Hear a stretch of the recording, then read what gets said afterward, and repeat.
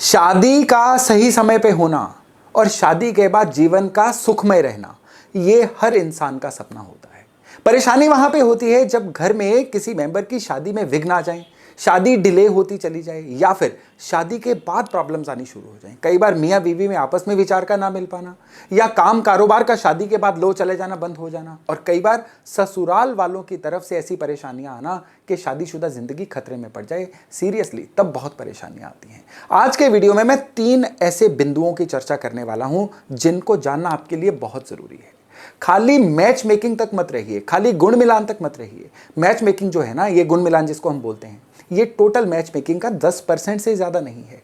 बहुत सारे ऐसे फैक्टर हैं जिनको अगर हम जान ही लेना केवल, तो भी एक तो शादी में होने वाले कितने सारे विघ्न अपने आप हट जाते हैं, और दूसरा शादी के बाद जो दिक्कतें होती हैं ना, वो भी नहीं आती हैं। तो आज के वीडियो में जो मैं 3 मुख्य बिंदु की चर्चा करने वाला हूं, उनको बहुत ध्यान से सुनिएगा, उनको नोट करिएगा, उनको समझने की कोशिश करिएगा, क्योंकि ये जो जानकारी है ना, ये कई लोगों की शादी के विघ्नों को दूर कर सकती है, और ये जो जानकारी है ये कई लोगों की शादियों को टूटने से भी बचा सकती है। नमस्ते, मेरा नाम है योगेश शर्मा, स्वागत है आपका happy life with Yogesh Sharma में। और दोस्तों, आगे बढ़ने से पहले एक विनम्र निवेदन कि अगर अभी तक आपने अपने इस चैनल को सब्सक्राइब नहीं किया है तो कृपया सब्सक्राइब जरूर करिएगा और बेल बटन दबाना ना भूलिएगा। और इसके साथ साथ एक इन्फॉर्मेशन कि मेरी एस्ट्रोलॉजी की ऑनलाइन क्लासेस बहुत जल्द शुरू हो रही हैं। अगर आप इंटरेस्टेड हैं ऑनलाइन एस्ट्रोलॉजी को सीखने में, तो आप नीचे दिए गए नंबर पे संपर्क करके, व्हाट्सएप करके और जानकारी ले सकते हैं। तो चलिए आज के पॉइंट पे वापस आते हैं। 3 मुख्य बिंदु जिसका आपको विवाह के मामले में जानकारी होना, नॉलेज होना बड़ा जरूरी है। इनमें से सबसे पहला बिंदु है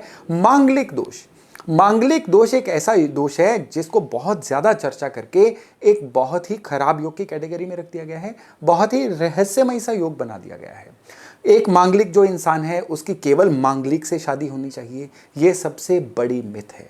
एक दिन में 45% लोग जो है ना, प्रतिदिन मांगलिक पैदा होते हैं, और टोटल मांगलिक में से केवल 6% ऐसे लोग होते हैं जिनका केवल मांगलिक से विवाह होना चाहिए। बाकी 94% मांगलिक लोगों का नॉन मांगलिक लोगों से विवाह हो सकता है। मंगल दोष के कई परिहार हैं, मंगल दोष की कई काट हैं। अगर मैं केवल मंगल दोष की काट पे वीडियो बनाऊं ना, कम से कम 3 दिन के वीडियो बन सकते हैं। तो मंगल दोष के बारे में सबसे पहले तो चिंतित होना बंद कर दीजिए। लड़की के अगर 8वें घर में मंगल होगा ना, यह मंगल दोष सच में एक बिट्टर मंगल दोष माना जाता है। हालांकि इस मंगल दोष के भी कई निदान हैं, लेकिन अगर कन्या के 8वें घर में मंगल हो तो फिर उसके लिए मांगलिक वर ही प्रेफर करिए। लेकिन बाकी अन्य घरों में जहां जहां मांगलिक होता है, जैसे कि 1, 4, 7, 8, 12 घरों में, इनमें से और किसी भी घर में एक लड़की के मंगल होना, तो नॉन मांगलिक वर्ग को आप चूज कर सकते हो। डिपेंड ये करता है कि लड़के के चार्ट में शनि, राहु, सूरज जो हैं वो इस मंगल को काट रहे हों। मंगल को काटने के लिए शनि की पोजीशन भी देखी जाती है, राहु की पोजीशन भी देख सकते हैं, केतु की भी देख सकते हैं, और सूर्य की पोजीशन भी देख सकते हैं। मंगल दोष केवल मंगल से ही नहीं कटता है, इन ग्रहों से भी कटता है। मंगल अगर चंद्रमा के साथ हो, चंद्रमा से ऑपोजिशन में हो, बृहस्पति की शादीशुदा घर पे दृष्टि हो, तो भी मंगल दोष जो है ये नेग्लिजिबल हो जाता है। मंगल के कई ऐसे पूजन हैं, मंगल के ऐसे कई कर्म कांड हैं जिसको करने के बाद मंगल का दुष्प्रभाव जो है 99% तक खत्म हो जाता है। तो अगर आप केवल मंगल दोष की वजह से शादी में डिले कर रहे थे ना, तो ये आप सबसे गलत कामों में से एक कर रहे थे। लैक ऑफ नॉलेज की वजह से अगर आप शादी में डिले कर रहे हैं ना, तो इससे खराब चीज दुनिया में कोई नहीं है। मैंने हजारों ऐसे केस देखे हैं जिसमें लड़कियों की उम्र केवल इस वजह से शादी वाली एज निकल गई क्योंकि उनके लिए प्रॉपर मांगलिक मैच नहीं मिला था। कई पेरेंट्स हैं जो केवल मांगलिक होने की वजह से बच्चे के बारे में चिंता करते हैं कि ये मांगलिक है, इसका क्या बनेगा। तो प्लीज सबसे पहला पॉइंट तो ये है कि मंगल के बारे में डरना बंद कर दीजिए। 94% केसेस में मांगलिक दोष जो है ये बुरा प्रभाव नहीं देता है, और अगर देता है तो आसान से पूजा पाठ से इसका प्रभाव नील किया जा सकता है। इसलिए अगर आपके बच्चे के मांगलिक दोष है और आप किसी वहम में हैं कि इसकी वजह से इसकी शादीशुदा जिंदगी खराब होगी, शादीशुदा जिंदगी में दिक्कतें आएंगी, तो ये वहम छोड़ दीजिए। मांगलिक के बारे में लोगों में सबसे बड़ा वहम पता क्या है? वो है कि शायद इससे वर या वधु में से किसी एक के जीवन को खतरा हो सकता है। ये सबसे गलत बात है। जीवन को खतरा केवल मंगल की वजह से नहीं हो सकता है। 9 के 9 ग्रह में से कोई एक भी खराब हो जाए ना, वो जीवन को खतरा दे सकते हैं। जीवन के बारे में कोई भी डिसीजन लेने से पहले लग्न की पोजीशन देखनी होती है, 8th हाउस की पोजीशन देखनी होती है, उस समय पे चल रही दशा, अंतर दशा, गोचर क्या चल रहा है, 20 ऐसी चीजें होती हैं जो अगर इकट्ठी क्लिक करेंगी तो जीवन पे आंच आ सकती है, अदरवाइज ऐसी कभी कोई दिक्कत नहीं होती है। तो खाली मंगल दोष की वजह से आप ये शक करें कि किसी के जीवन को खतरा हो सकता है, ये सबसे गलत धारणा है, इसको त्याग दीजिए। हाँ, कई केसेस हैं, जैसे कि लड़की के बर्थ चार्ट में 8th हाउस में मंगल होगा तो वहां पे मांगलिक मैच चाहिए, ये डिजायरेबल है। लड़के के चार्ट में 4थे घर में मंगल होगा तो वहां पे लड़की मांगलिक चाहिए, ये डिजायरेबल है। लेकिन ये कितने परसेंट है? ये 6 से 8% से ज़्यादा केसेस नहीं होते हैं। बाकी 94% केसेस जो हैं, यहाँ पे आपको मंगल का वहम नहीं करना है। तो मांगलिक दोष को सबसे पहले तो खूब हावी करना बंद करिए। केवल मांगलिक की वजह से शादी में डिले करना जो है, ये सबसे खराब चीज़ है, इसको अवॉइड करिए। शनि, राहु, सूर्य, केतु, ये 4 ग्रह जो हैं ये कैपेबल होते हैं सामने वाले के मांगलिक दोष को भंग करने के लिए। इसके लिए आप जहां से भी मैच मेकिंग करवा रहे हैं उनसे इस चीज को पूछिए, क्योंकि अगर ये ग्रह जो हैं मंगल के कॉरेस्पॉन्डिंग घरों में होंगे तो ये मंगल दोष जो है बहुत हद तक डाइल्यूट हो जाएगा। मंगल की अपनी राशियां भी मैच करती हैं। मंगल अगर नीच राशि के होंगे तो भी मांगलिक दोष भंग हो जाएगा। मंगल चंद्रमा के साथ होंगे, मंगल गुरु के साथ होंगे तो भी मंगल दोष जो है ये अपने आप डाइल्यूट हो जाएगा। सो मंगल दोष की वजह से आज के बाद अगर आप शादी में डिले करते हैं तो यहाँ पे कहीं ना कहीं लैक ऑफ नॉलेज जो है ये आपके आड़े आ रही है। तो मंगल दोष की चर्चा के बाद अब हम आते हैं दूसरे बिंदु पे।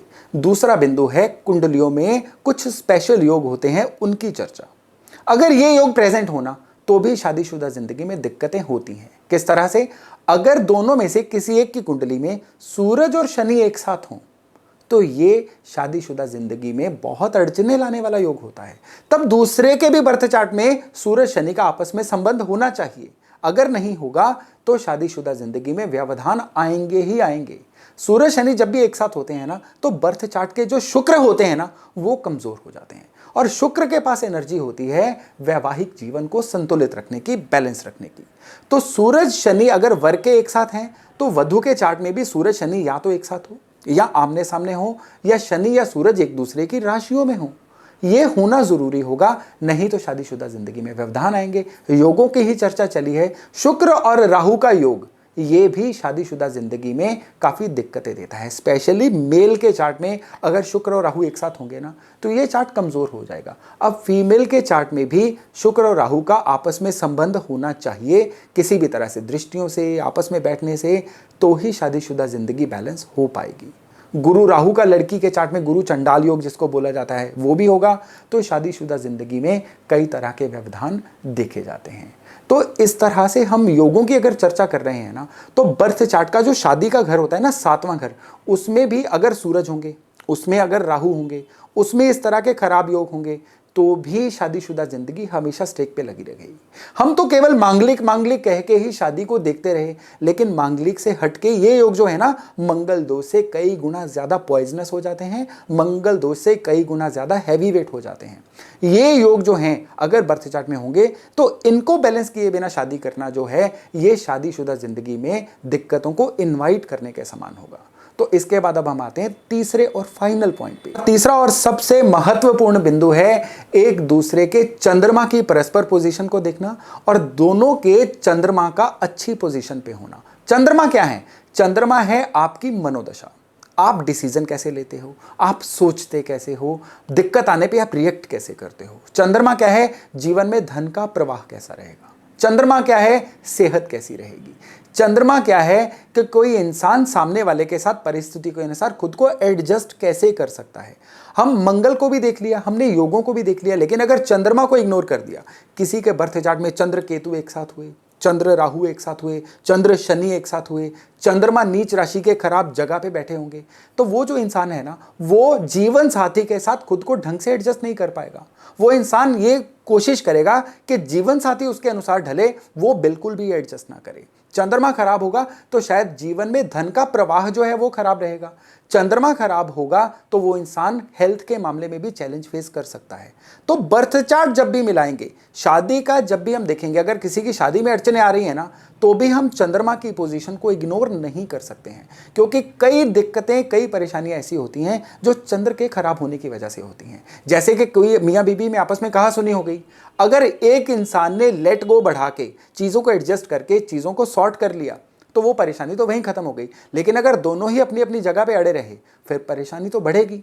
या जिसके चंद्रमा खराब हैं उसकी वजह से घर में अगर बरकत का वातावरण कम होना शुरू हुआ, बरकत कम होगी, धन कम आएगा तो चिड़चिड़ापन बढ़ेगा, चिड़चिड़ापन बढ़ेगा तो आपस में झगड़े बढ़ेंगे। अब देखिए बात कहां से शुरू हुई थी, कहां तक पहुंच रही है, और ये केवल और केवल खराब चंद्रमा की वजह से होता है। अगर हम ये बिंदु को सही ढंग से मैच मेकिंग के समय पे देखें और इसके अकॉर्डिंग ही रिश्ता फाइनल करें तो यकीन मानिए शादीशुदा जिंदगी में आने वाली बड़ी अड़चनों से बचा जा सकता है। तो दोस्तों आज के वीडियो को मैं समअप करने के लिए बताऊं, सबसे पहले मंगल दोष के बारे में जो अवधारणाएं खराब बनी हुई हैं उनको इग्नोर करिए। मंगल दोष में 90 से 94% केसेस में मांगलिक नॉन मांगलिक की शादी हो सकती है। दूसरा केस है कि आपको बर्थ चार्ट के जो खराब योग हैं जो मैंने अभी इस वीडियो में अर्लियर बताए उनका ध्यान रखना है। और तीसरा योग है चंद्रमा की जो पोजीशंस हैं उनको बड़े ध्यान से चेक करना है और उसके अकॉर्डिंग ही फैसला लेना है। अगर आप ये 3 बिंदु का ध्यान रखते हैं ना, यकीन मानिए ना किसी की शादी डिले होगी और शादीशुदा जिंदगी में आने वाले समय में बहुत ज्यादा अड़चनों से बचा जा सकता है। तो दोस्तों आज का वीडियो था यहीं तक। अब शुक्रवार रात 8 बजे मिलते हैं एक नई जानकारी, एक नई वीडियो के साथ। अपना खूब ध्यान रखिएगा। नमस्ते।